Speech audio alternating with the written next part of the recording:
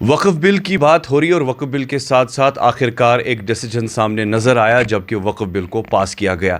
ہمارے ساتھ یہاں پر گرینڈ مفتی ناصر الاسلام صاحب ہے. السلام علیکم مفتی صاحب، آپ اس ڈیسیجن کو کس نظر سے دیکھتے ہیں؟ یہ ہندوستان کے مسلمانوں کے خلاف ایک اعلان جنگ ہے جو نریندر مودی اور بی جے پی حکومت نے ان کے خلاف شروع کیا ہے.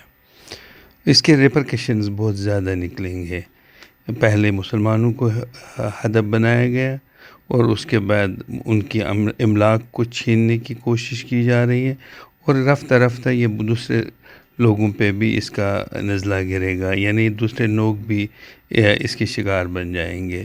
لیکن میں سمجھتا ہوں کہ ہندوستان کے غیور مسلمانوں نے یہ فیصلہ کیا ہے کہ ہم اس کے خلاف آواز اٹھائیں گے، اور میں جموں کشمیر کے مسلمانوں کی طرف سے ہم لوگ باضابطہ طور پہ ایک لائحہ عمل مرتب کریں گے، اور اگر قانونی لڑائی لڑنی پڑے تو ہم صرف سپریم کورٹ تک جائیں گے.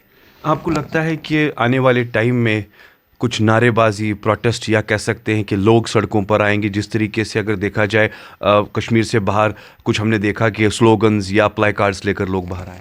کچھ بھی ہو سکتا ہے، کیونکہ ہرٹ جب یعنی جذبات ہو جائیں گے تو اس سے جذبات بالکل مجروح ہوئے ہیں، تو ظاہر بات ہے کہ جب کسی کے جذبات کو مجروح کیا جائے گا تو اس کا اثر تو سامنے آئے گا. لیکن میں یہ چاہتا ہوں کہ ہمارے ہاں امن قانون برقرار رہے، یہ خراب نہ ہو، اور باضابطہ ہر ایک چیز کا ایک مداوع ہے، اور مداوع اس وقت یہ ہے کہ سپریم کورٹ ہمارے سامنے ہے اور ہماری نظریں وہاں جمی ہوئی ہے ان کی جانب. تو ہم لوگ وہاں جائیں گے اور ان کے ساتھ باضابطہ ایک قانونی لڑائی لڑیں گے. ایک جانب اگر دیکھا جائے تو مسلمانوں کے حوالے سے جو بات کی جا رہی ہے، بتایا جا رہا ہے کہ ان پر ٹارگٹ نہیں ہے. دوسری جانب آپ کو لگتا ہے کہ اگر حالات بگڑیں گے تو کیا کچھ ہو سکتا ہے؟ کس طریقے کے معاملات بن سکتے ہیں؟ کچھ بھی ہو سکتا ہے. میں قبل از وقت کچھ بھی نہیں کہہ سکتا ہوں، کیونکہ مسلمانوں کے جذبات آپ دیکھ لیجئے کہ ہندوستان میں سیکنڈ لارجسٹ کمیونٹی جو ہے وہ مسلمانوں کی ہے، اور انہیں یہ لگا کہ ان کے ساتھ دھوکہ ہوا ہے. ان کے ساتھ باضابطہ ایک امید نام کی جو چیز سامنے آئی، اصل میں اس میں ان کے لیے نا امیدی ہے، جو یہ اس کو وقت کا نام بدل کے اس کو رکھا گیا، اور ایبریویشن کے اعتبار سے اس میں امید سامنے آتی ہے، انہوں نے لکھا ہے. تو اس امید کے پیچھے نا امیدی ہے مسلمانوں کے لیے.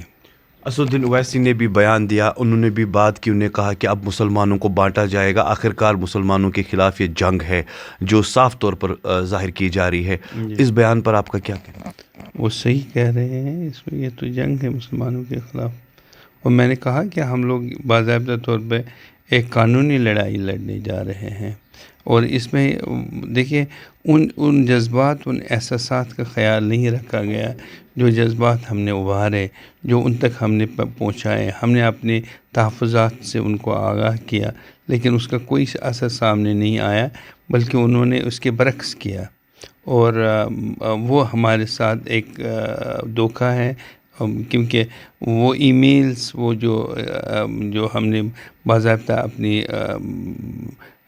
جو ہم نے لکھا ان کی طرف ای میلز بھیجے، شکایات درج کروائی کہ ہم لوگ اس کو مسترد کر دیں، ان کی تعداد کروڑوں میں ہے، اور اس کو انہوں نے بالکل فراموش کر دیا، اور اس کے بعد بھی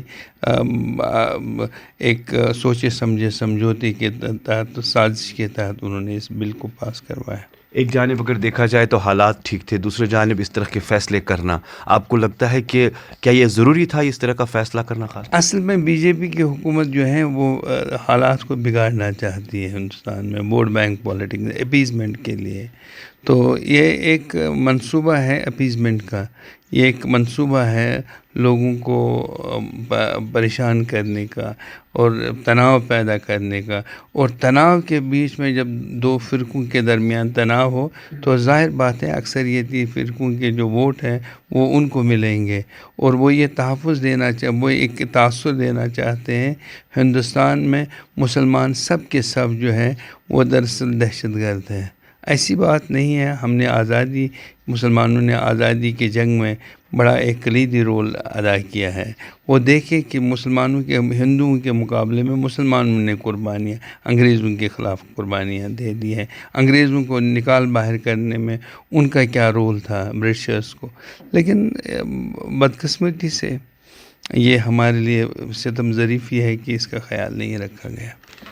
آپ نے دیکھا کہ گرینڈ مفتی مفتی ناصر الاسلام اور ان کا ماننا ہے کہ بدقسمتی خیال نہیں رکھا گیا. اب آنے والے ٹائم میں کیا کچھ معاملات ہوں گے جبکہ مسلمانوں کے جذباتوں کے ساتھ کھیلا جا رہا ہے. ویڈیو جرنلسٹ فردوس نجار کے ساتھ سعید عرفان فاضل، گلستان نیوز، شری نگر، کشمیر.